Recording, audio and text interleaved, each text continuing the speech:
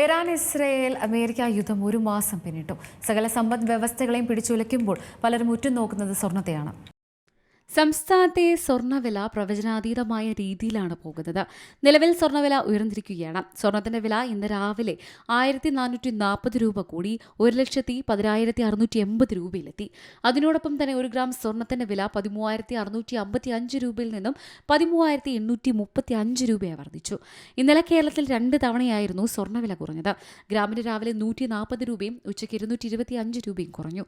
മൊത്തം 365 രൂപയാണ് 1 ഗ്രാമിന് കുറഞ്ഞത്. പവന് രാവിലെ 1,720 രൂപയും ഉച്ചയ്ക്ക് 1,800 രൂപയും കുറഞ്ഞു. 2,920 രൂപയാണ് 1 പവന് കുറഞ്ഞത്. ഗ്രാമിന് 13,655 പവന് 1,09,240 രൂപയുമായിരുന്നു വില.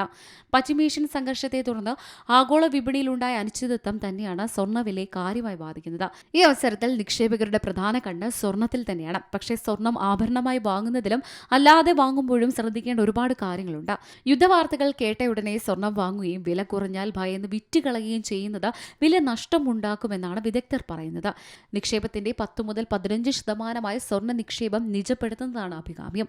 വലിയൊരു തുക ഒറ്റത്തവണയായി സ്വർണ്ണത്തിൽ നിക്ഷേപിക്കുന്നതിന് പകരം ഘട്ടം ഘട്ടമായി വാങ്ങുന്നത് വിലയിലെ ചാഞ്ചാട്ടം മൂലം നഷ്ടമുണ്ടാകുന്നത് കുറയ്ക്കും. ലോഹരൂപത്തിലുള്ള സ്വർണ്ണത്തേക്കാൾ ഗോൾഡ് ETF പോലുള്ളവയാണ് ഉചിതം. സ്വർണ്ണവിലയെ ബാധിക്കുന്ന പ്രധാന ഘടകങ്ങളായ ഡോളർ മൂല്യത്തിലെ ഏറ്റക്കുറച്ചിലുകൾ, പലിശ നിരക്ക്, എണ്ണവില, രാജ്യങ്ങൾക്കിടയിലെ സംഭവവികാസങ്ങൾ എന്നിവ ശ്രദ്ധിക്കണം.